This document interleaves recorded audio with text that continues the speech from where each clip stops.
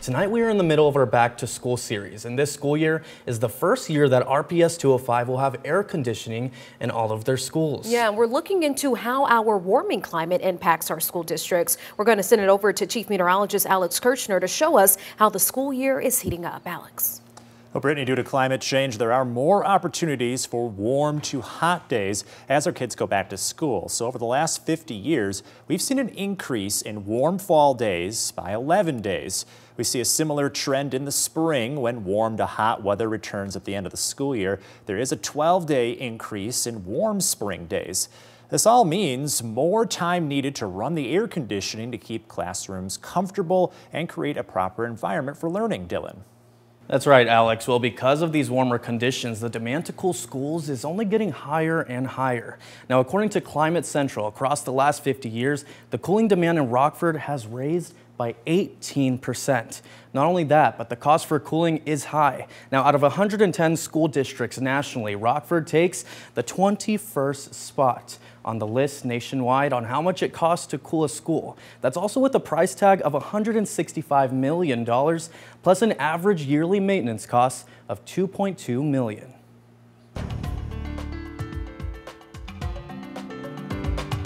For the first time in RPS history, 100% of our classrooms will be air conditioned. All 41 schools across the district now set to have cool air this year. Many of our schools were not air conditioned, so this is significant.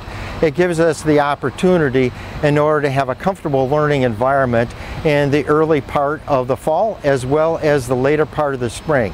Right now I am on top of the roof at Guilford High School, which is actually one of 31 schools that has received new air conditioning over the last 3 years. Now right now I am next to this big boy. This is a chiller. You could just see how big they are. Now there are 3 of these on the roof here at where I am at Guilford High, but there are also different HVAC systems across the different buildings in the district. But what exactly goes into cooling RPS 205?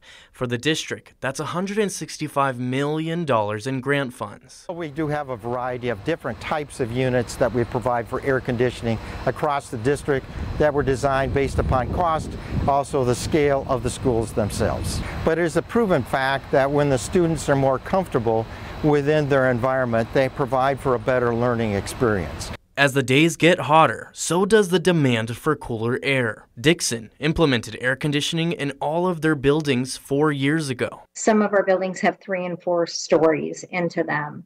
And especially as we know that heat rises, a lot of those upper floors would get very, very warm and very humid. We would have kids that would slowly, you could just see them struggling with heat, becoming very tired, worn out, not to mention at times dehydrated. Even though cooling schools has a hefty price tag, rural districts like Dixon were willing to pay the price as temps grow warmer. In order to climate control a building is millions and millions of dollars. Even though it's very expensive, if you have a smaller district and perhaps smaller buildings than some, you may still be able to climate control by doing like you do in a household, where you air condition parts of it. Dixon saw a difference in student performance after these changes. Hearing kids say, this is so nice. I feel like I'm so much more awake. I feel like I can learn better and pay attention and focus better. We were hearing it directly from the kids. But how much more necessary is it to cool our schools now? This is Joellen Russell, a professor and scientist for Science Moms, who is looking to lessen the impacts of climate change. This isn't something we argue about anymore. It's just open up the window, you'll feel it. According to Russell, an increase in 1 degree Fahrenheit leads to a 1% reduction in learning based on test scores. Now it's getting hot sooner. It's staying hot longer. It affects every kid when it comes to behavior.